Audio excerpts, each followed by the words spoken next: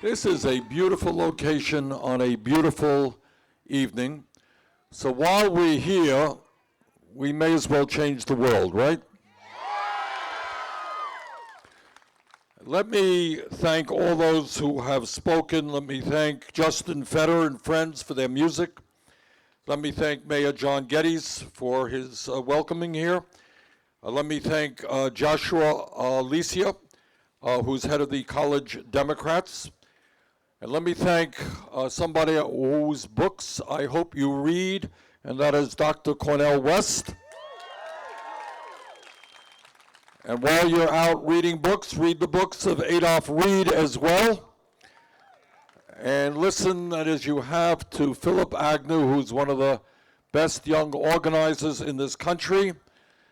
And Danny Glover, what can we say about Danny Glover?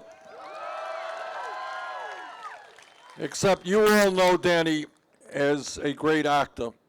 I know him as somebody more than that, as somebody who has spent his entire life in the struggle for economic and racial and social justice. He has been committed to transforming this country, and I thank Danny so much for all that he has done over the years. And you have heard also this evening from somebody I've also known for a very long time, Ben Cohn, the founder of Ben & Jerry's. And I don't know if Ben told you that we intend to establish a Secretary of Ice Cream. What do you think about that? So years ago, they used to talk about a chicken in every pot. We're talking about a pint of Ben & Jerry's in every freezer in America. I can't see how I can lose the election on a platform like that. And lastly, I want to thank my good friend, Senator Nina Turner. And you have heard Nina as a speaker here tonight, but you should understand that Senator Turner has been traveling all over this country doing what I believe is the most important work that any person can do, and that is trying to save our democracy, trying to get young people and working people and people of color involved in the political process, trying to bring people together. So I thank Senator Turner so much for all that she has done.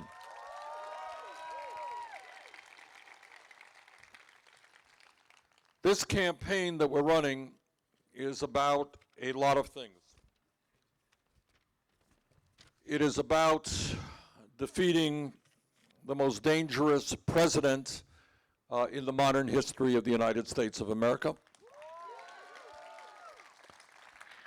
And it is clear to me that presidents can have different points of view. Politicians can have different points of view. We can have different points of view in our democracy. But what we cannot sustain is a president who is a pathological liar. So if you are a conservative, you're a Republican, whatever you are, and you want to debate the issues, that's called democracy. That's a good thing. But what is not a good thing is somebody in the White House lying every single day. It is not a good thing to have a president who appears to love authoritarian leaders all over this country, a president who does not understand the separation of powers or what the Constitution of the United States is. Too many people over the years have fought and died to defend American democracy, and we will not allow this president to continue to trample on the Constitution of the United States or what this country is all about. But this campaign is not just about Donald Trump, who is a racist, sorry to have to say that, who is a sexist, who is a homophobe, who is a xenophobe, who is a religious bigot. Other than that, not bad. But that is not the qualities that we need in a president of the United States. But this campaign is more than just about defeating Trump. That's enormously important, and I intend to do just that. But this campaign is about more than defeating Trump. This campaign is about transforming this country and creating a government and an economy that works for all of us, not just the top 1%.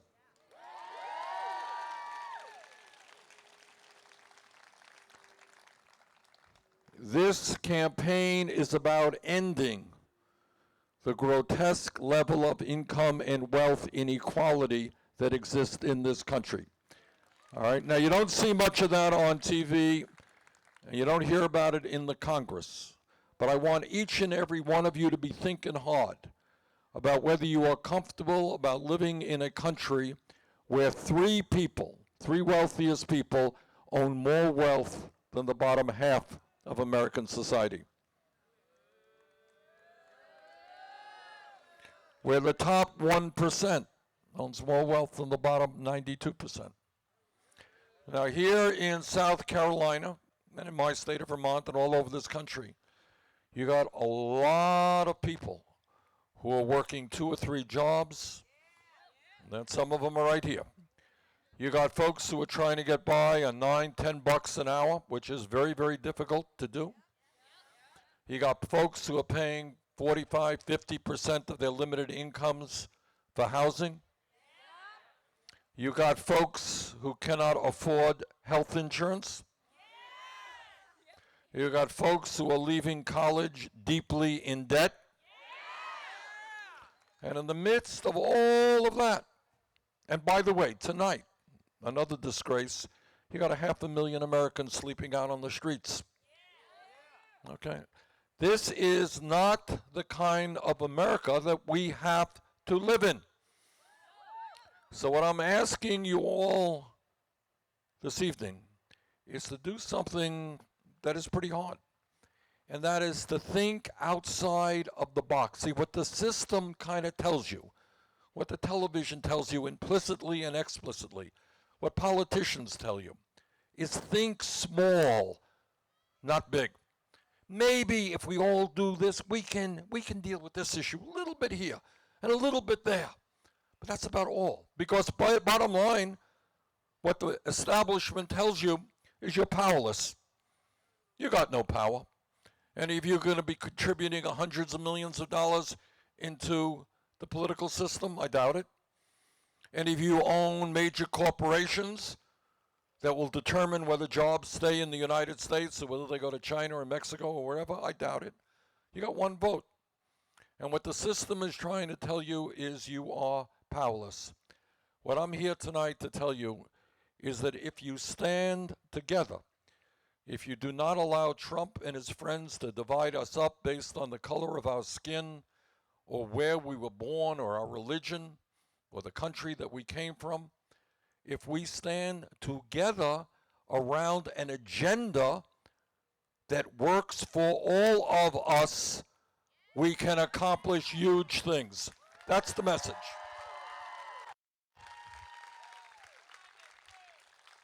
And as Senator Turner mentioned, the only way that change ever takes place is not some president or some congressman or senator doing something.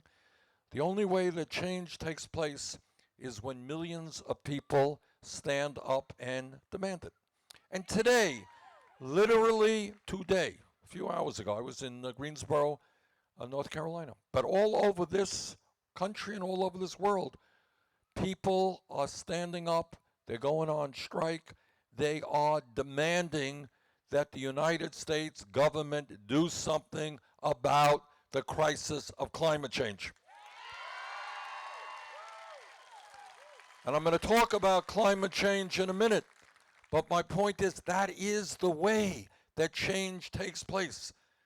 And it's a beautiful thing because those rallies and demonstrations and strikes are not only taking place in the United States, they are taking place all over the world. And that's the way change takes place. Let me give you an example of change right now that we're seeing in front of our eyes because millions of people are demanding it. 4 years ago, I came to South Carolina. And what I said was that if you work 40 hours a week, you should not be living in poverty. Now you got a minimum wage here, which is what? Which is a $7.25, same as the federal government. And you know what that is? That's a starvation wage. Nobody can live on $7.25. Can't live on $8. You can't live on $9. And depending where you live, you can't live on $10 an hour. And what I said 4 years ago is that we should raise the minimum wage to a living wage of at least $15 an hour. Now here is my point. I'm going to make it over and over again. 4 years ago, not a long time, the idea of $15 an hour was a crazy idea. I was called a wild guy. I was called an extremist. But I raised that issue. And millions of people said, you know what? That makes sense to us. People should at least have a living wage. And you know what happened in the last 4 years? In the last 4 years, 7 states and the U.S. House of Representatives voted to raise the minimum wage to $15 an hour. So what that is about is if you have a vision and you're able to communicate with people and people stand together, you can accomplish big things. Nelson Mandela said something which was very, very profound. He said, everything seems impossible until it happens. Everything seems impossible until it happens. And then after it happens, people say, hey, what was the big deal? All right? And that is what the struggle that we are engaged in now. And that struggle is for you and you and you to have a vision of where you want this country to go. Understanding that we are the wealthiest country in the history of the world. All right, if we were a poor country, we'd have a certain kind of conversation. We're the richest country. Problem is, too few people have too much, and too many people have too little. But let's talk about what an agenda is, and this is what I'm running on for president. What does that mean? It means that if you work 40 hours a week, you're going to earn at least a living wage, $15 an hour. It means that in America, if you are working as a woman, you will earn the same pay as a man, equal pay for equal work. And I know this is controversial in South Carolina, but we're going to make it easier for workers to join unions. Because union workers make more money than non-union workers. Okay? And what we're talking about also is when we think about the future of America, we're thinking about the young people in America. And we're thinking about the need for all of our young people, regardless of their income, those people who have the ability and the desire to get a college education and not leave school with debt.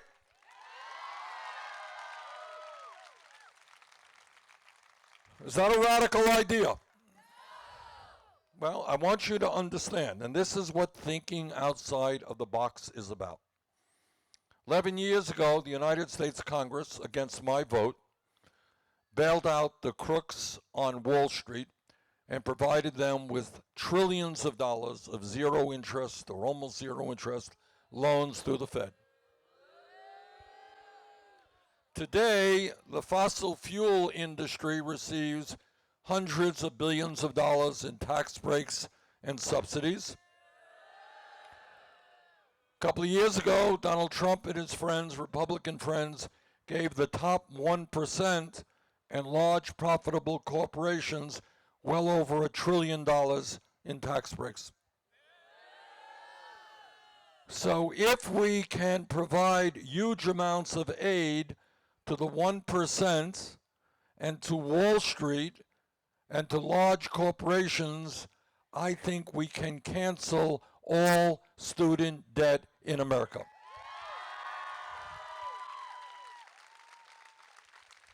Just out of curiosity, how many of you guys will be leaving school or are already in debt, student debt? All right. Well, I think we should cancel that so that you're not going to have to pay off that debt decade after decade. And the way we do that is by imposing a modest tax on Wall Street speculation. And when we think big and not small, we're talking about a very basic issue which is called health care. Question: how many major countries on earth do not guarantee health care to all people as a human right? Do you all believe that health care is a human right? Do you believe that whether you're rich or poor or middle class, you have the right to go to a doctor or a hospital without going bankrupt? Okay, that's all we're trying to do here. Today it seems like a radical idea. As Mandela said, in a few years it will be seen as something very obvious. And that is all we are trying to do now is end an absurd situation where the United States is spending twice as much per person on health care as do the people of any other country. We're spending a fortune. And yet 87 million Americans are either uninsured or underinsured, and we pay the highest prices in the world for prescription drugs. Why does that situation exist? Anyone know? Stand up and yell it out. Yep.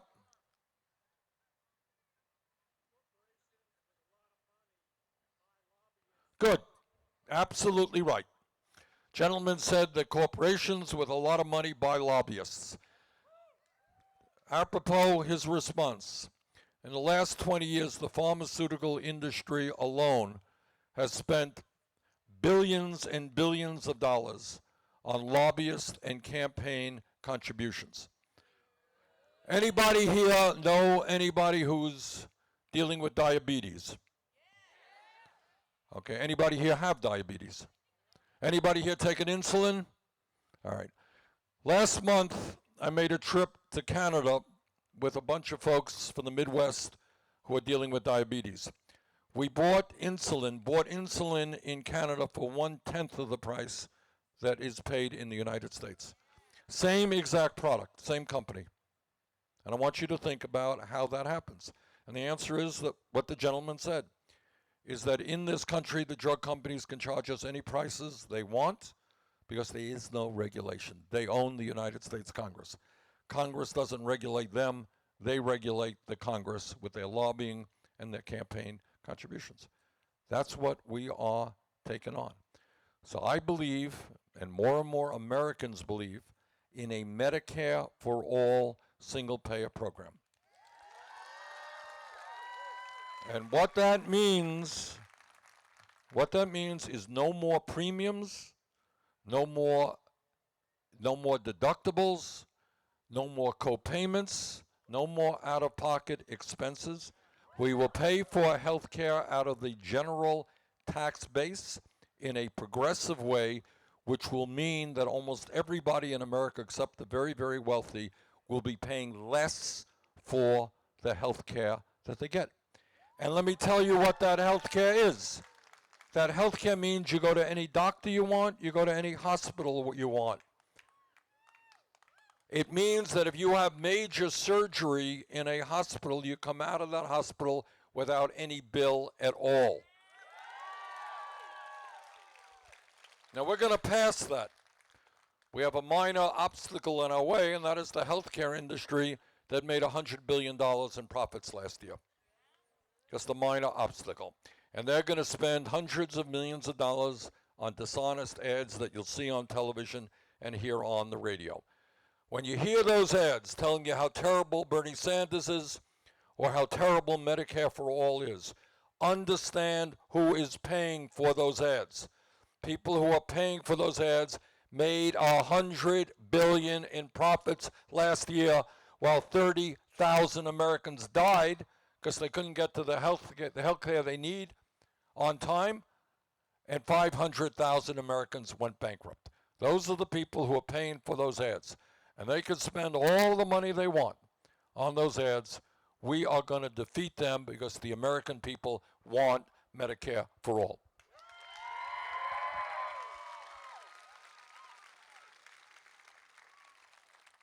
And when we talk about thinking big and not small, we are talking about one of the greatest existential threat that not only the United States, but the whole planet is facing, and that is climate change. Well, that's right. Unfortunately, we have a president who thinks that climate change is a hoax.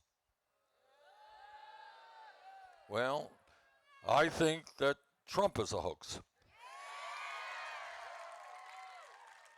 But when you have a president who ignores the reality of climate change, ignores what the scientists are telling us, he is threatening not only this country and your state and my state, he is threatening the survival of the entire planet. So we have, just a couple of weeks ago, introduced the most comprehensive climate change proposal ever introduced by any candidate running for president, or I think any candidate running for anything. I mean, it is a major proposal. And the reason we did this is very simple. We believe in science. And scientists are telling us that if we do not act boldly within the next few years, the damage done in this country will be irreparable, unable to be repaired. Now, all of you know, I don't want to get you too nervous, but you all just saw recently what happened in the Bahamas. You saw what happened a few years ago in Puerto Rico. You saw, remember what happened with Hurricane Katrina, what happened to New Orleans. You have seen in Charleston, flood after flood after flood. Floods right now unprecedented in Texas, literally as we speak. They ain't going to get any better. The situation will get worse. We're talking about rising sea levels, which will flood coastal regions all across this country, including Charleston, as a matter of fact. Parts of Miami will be underwater, New York City maybe. And we're looking all over the world at more drought, where people cannot grow the food that they need because of drought, get the water they need. We're looking at mass migrations of people, because if you don't have food and you don't have water, you're going to go elsewhere. And when you go elsewhere, you're laying the groundwork for conflict and wars. So we have a major crisis on our hands. And we are going to have the courage to take on the fossil fuel industry and to tell this very powerful institution that their short-term profits are not more important than the future of this planet.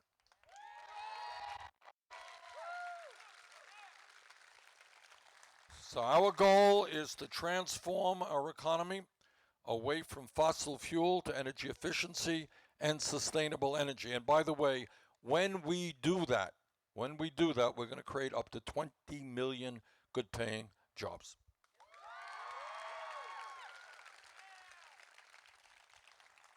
Let me say a word about another issue which haunts me very much, and that is a very broken and racist criminal justice system.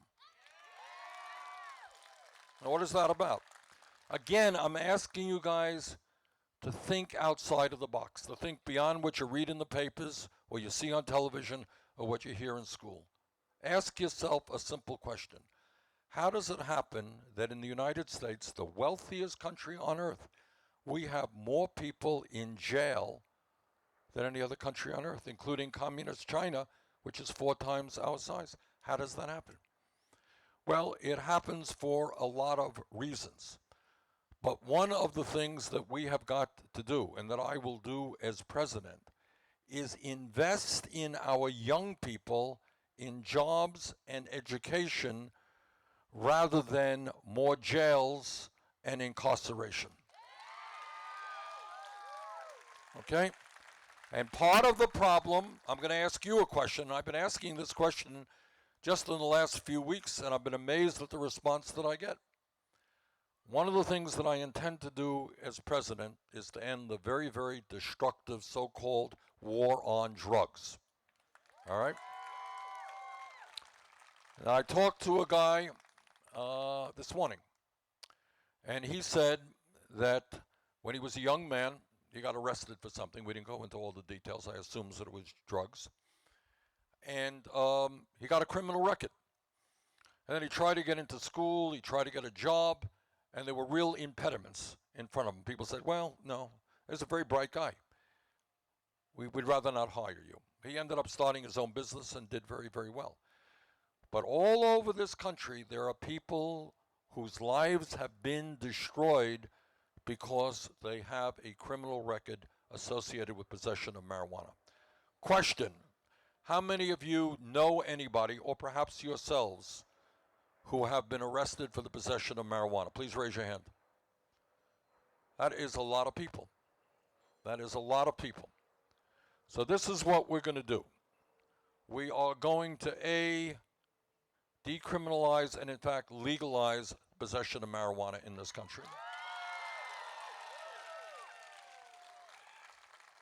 And number two, we are going to expunge the records of those people who have been arrested for marijuana.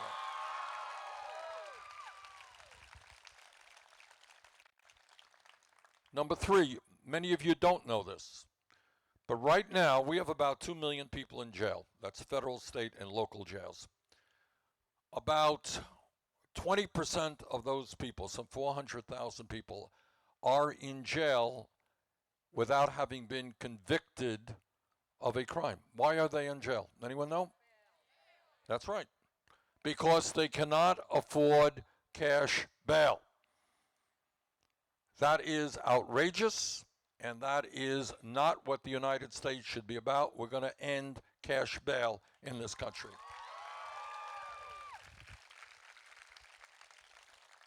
All over this country, we have seen acts of violence committed by certain police officers.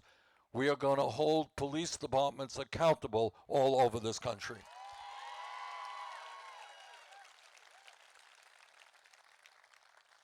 But our goal is to make sure that we do everything possible to keep people from going to jail and to make sure that when they get out of jail, they return to society in a way that allows them to live productive lives. So criminal justice is a major issue that we have together got to focus on. And the other issue out there that you hear every day is the issue of immigration. And on that issue, let me just say a few words.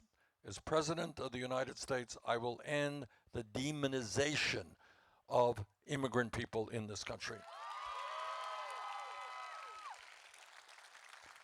But not only will we end the demonization, we will introduce legislation for comprehensive immigration reform and a path toward citizenship.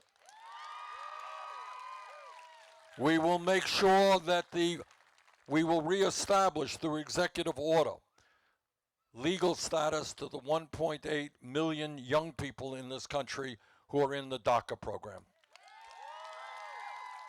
And we will develop a humane border policy which does not snatch babies away from the arms of their mothers.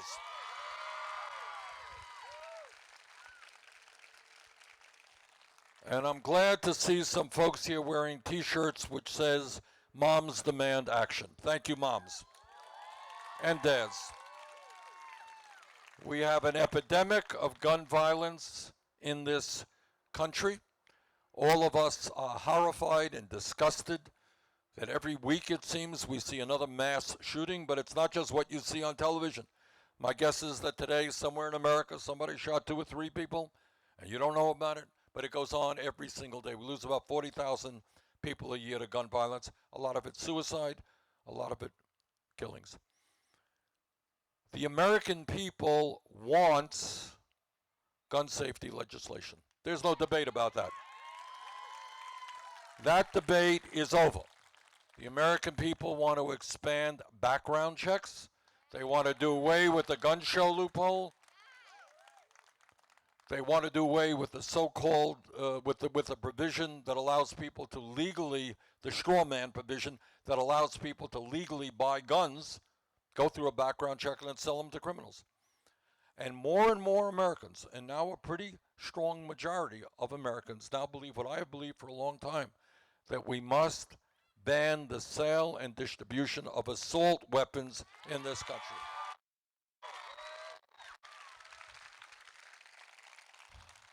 Now, you might ask, if the American people want gun safety legislation, why isn't it happening? And the answer is very simple. And the answer is that the Republican Party and the President of the United States are frightened and intimidated by the NRA. That's the simple truth. I wish I could tell you it was more complicated than that. It is not. As President of the United States, I will not be intimidated by the NRA.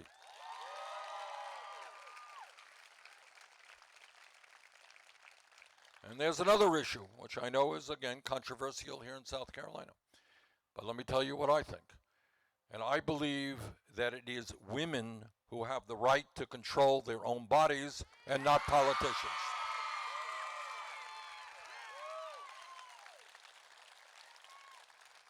And so my promise to you is that I will not only do everything I can to defend a woman's right to choose, but that I will never appoint or nominate anybody to the U.S. Supreme Court who is not 100% in favor of Roe v. Wade.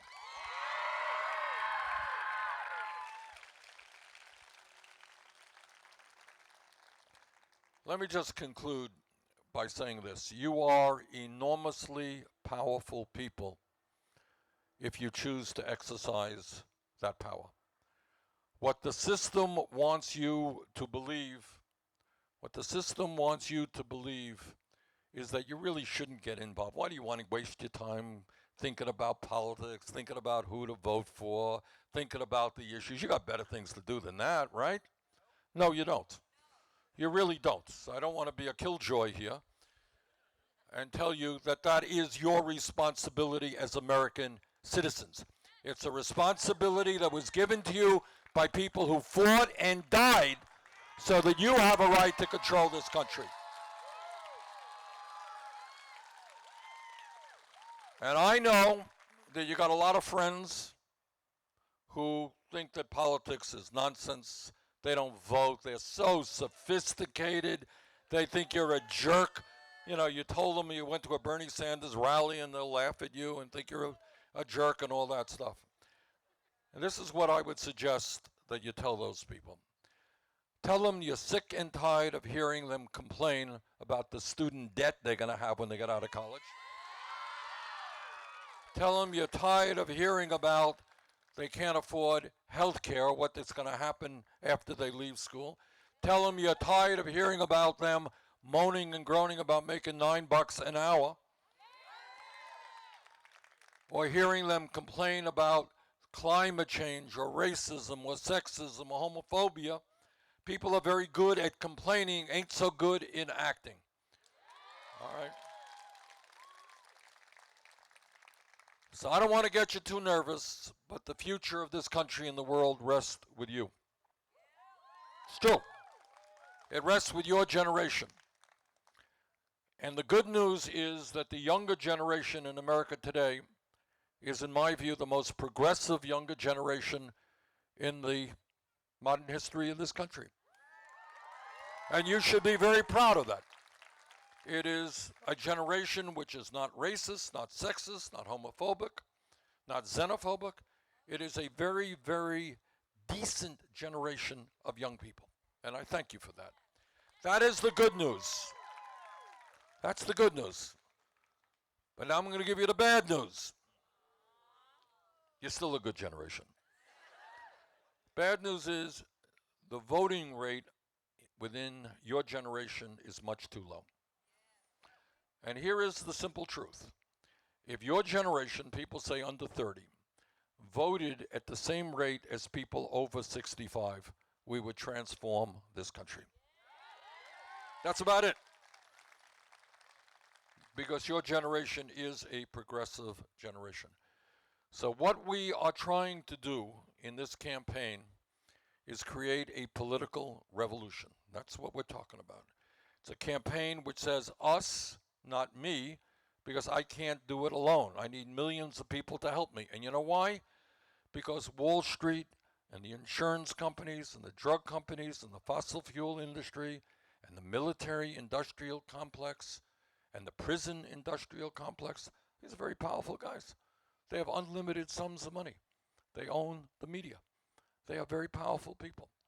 And the only way that real change ever takes place, I want you to think about it, whether it is workers' rights and labor unions, whether it is civil rights, whether it is women's rights, whether it is gay rights, whether it's environmental justice, the only way that change ever takes place is when millions of people stand up and demand it. Demand it.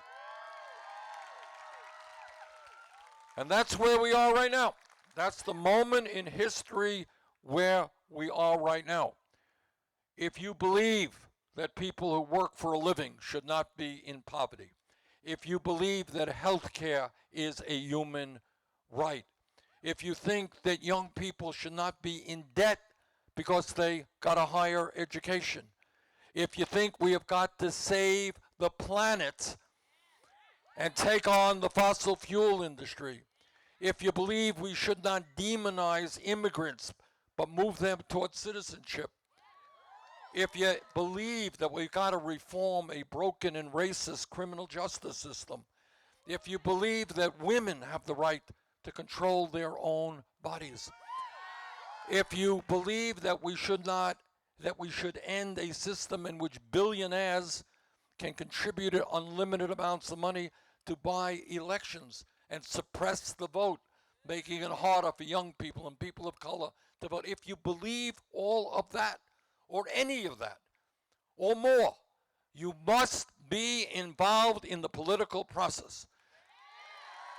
I understand, look, hard to believe I was once young too. And I know, it's cool to go out, watch the football games, go to the basketball games, occasionally have a beer or two, or maybe smoke something that may not be legal. All right. I understand that. That's cool. But I'm asking you to be cool in another way, to be cool in defending American democracy, be cool in creating the kind of country where justice is our guiding principle, not greed. So I'm asking a lot of you. I know that. I'm asking a whole lot of you. I'm here to ask, obviously, for your votes, but I'm asking for more than that. This is a perilous and unprecedented moment in American history, and in fact, in world history, given the crisis in climate change. We cannot throw our arms up in despair. We cannot get depressed. We've got to stand up and fight back. At the end of the day, the 1% is enormously powerful. I'm a United States Senator. I deal with these guys every day. They have unlimited amounts of money.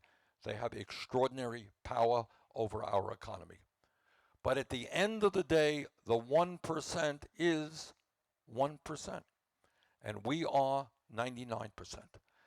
And if we do not allow Trump and his friends to divide us up by the color of our skin or where we were born or our sexual orientation or our religion, if we stand together and say, you know what?